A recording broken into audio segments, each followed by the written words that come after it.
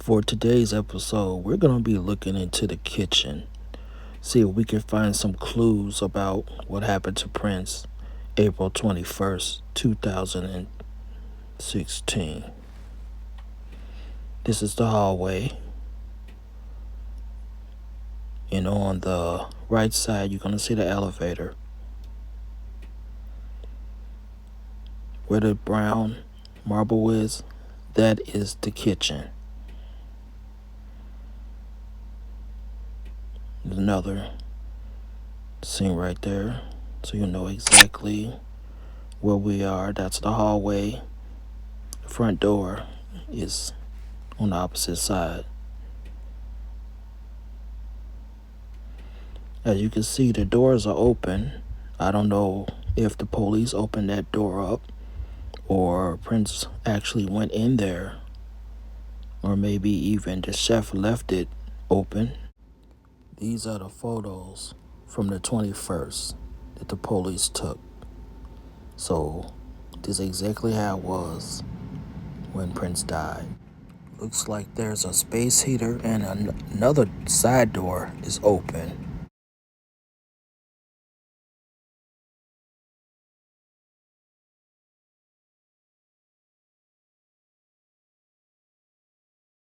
Notice that the space heater is still on.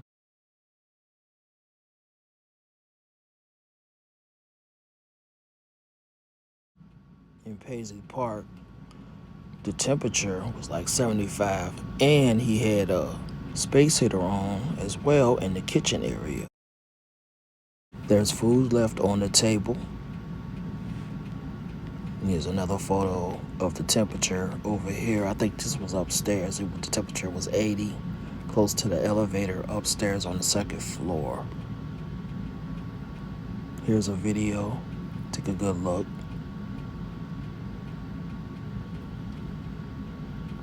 Food left out on the table. I'm wondering if the food was touched. I see that now the space heater is turned off, so I looked at the files and it said that one of the officers turned off one of the space heaters inside of the kitchen, so I guess that's why it's off. There's the food. You can see 2 sauces there. Everything looks ordinary to me. I read in the files that one of the kitchens was Prince's kitchen and the other kitchen was Ray Roberts' kitchen. It says the public kitchen was Ray Roberts' kitchen. So I'm guessing this kitchen here is the public kitchen. In the files it says that they found money on the countertop of the kitchen. I'm not sure if they meant the public kitchen or Prince's kitchen or Ray Roberts' kitchen or Prince's kitchen. But I kind of tried to look over on the countertop and I couldn't really see if there was money over there. But I also have photos of the other kitchen as well. Let's take another look at the video at the table again. Notice that there's some shades, CD.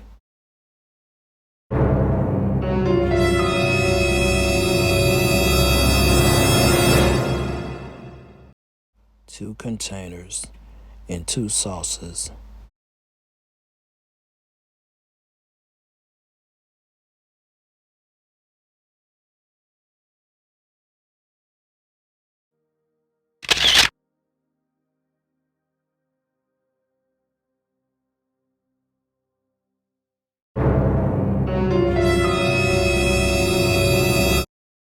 Okay, it's time to get surgical. Let's take this into a little detail. Let's blow this up and see what's going on. It looks like the container is full, but then again, it looks like somebody been at least messing with, because I see like a little drop or a little dot right in the middle of it, and I'm wondering if that was open. I see the top is off of one of the sauces and the top is on the other. I'm wondering if he went in there and at least tasted it. According to Ray Roberts, he says that Prince did not eat. And also, like I said, the doors are open. Both of these doors are open. He might have made it to the kitchen at one point. I'm wondering if he got sick when he was in the kitchen and then he made it to the elevator, because I was looking for a phone and I was wondering if there's a phone in his kitchen, and maybe the closest phone that he could think of was in the elevator. I also noticed that there's a plate inside of the sink, which seemed to be a clean plate. Also note there were no utensils or anything on the table as well, so maybe he was washing out his plate. I definitely think that he was in his kitchen at one point. According to the chef, he said he went to the refrigerator and he looked inside and he said the food that he had made or prepared for him was set inside of the refrigerator. So we know that either the police or Kirk or somebody came after they found Prince dead and they put the food away back inside the refrigerator. And according to Ray Roberts, the food wasn't touched. So I guess he didn't eat anything at all that night. And I believe in the files, I don't think they found any food in his stomach.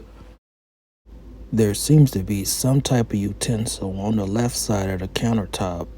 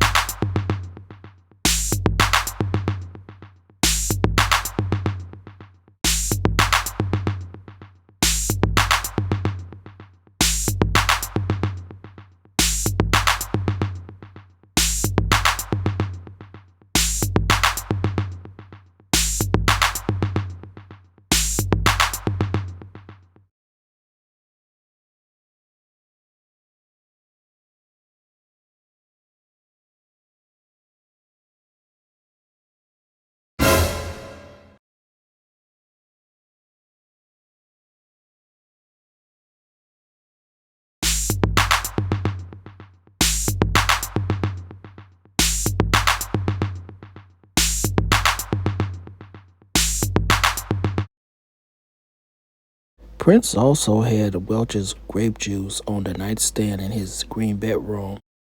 If you noticed the video that I did previously, if you didn't, you can check it out. And it also got me thinking of something. I noticed that this was the only smart water that I seen, was the one on his nightstand. If you look in the kitchen, he didn't have any other smart waters. Just something to point out. You can find all types of bottles of water all over Paisley Park, and not one that I can think of in the photos was a smart water. We know that Prince died of a fentanyl overdose. That is very clear in the autopsy. But I'm still wondering if he took those pills himself deliberately or he was poisoned. So that's the reason why I'm bringing up the fact that it was maybe something put in his drink or something that he ate. Because when I look at the files, I notice every time Prince got sick, it seemed like it was around the time that he had ate. Because the first time on the 7th, he said he had some soup and he got sick. On the plane, they had prepared him some food. He was sitting next to Judith Hill. He got sick and was rushed into the ER. And the third time, we don't know what happened because nobody was there to witness it, as far as we know.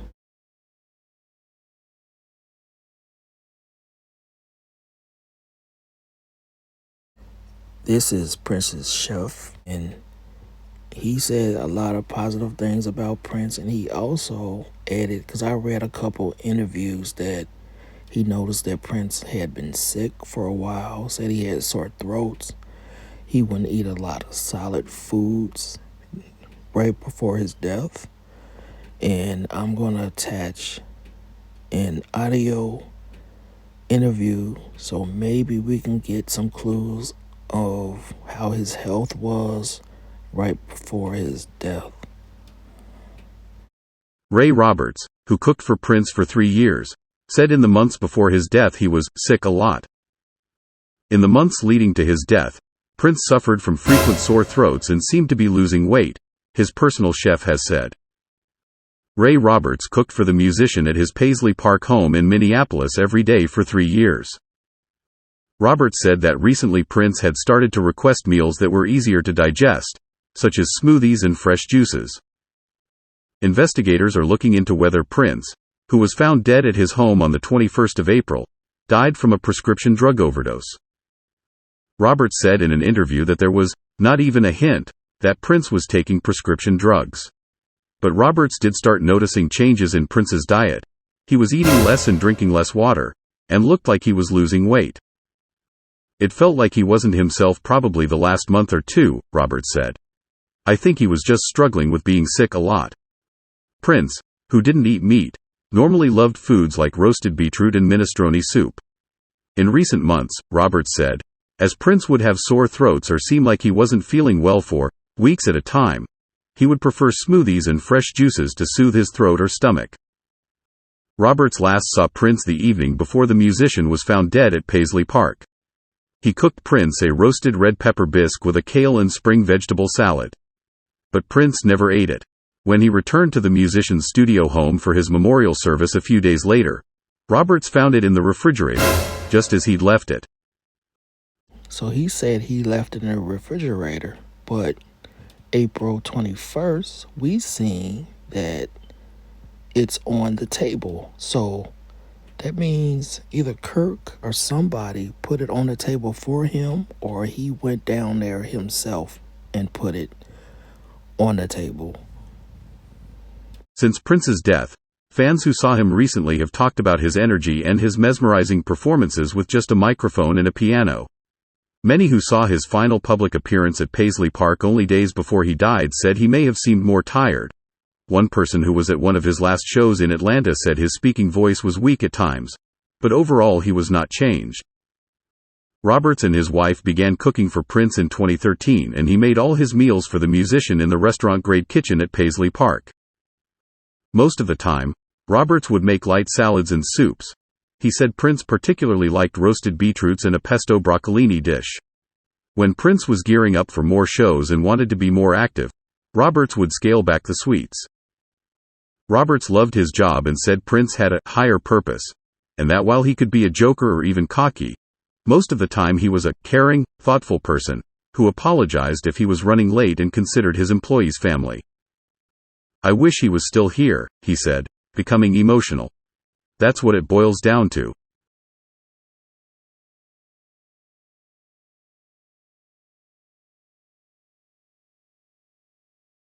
I think that's what she said. I'm going to have to go back and listen to it again. But that's the end. If you guys see anything, let me know. Peace.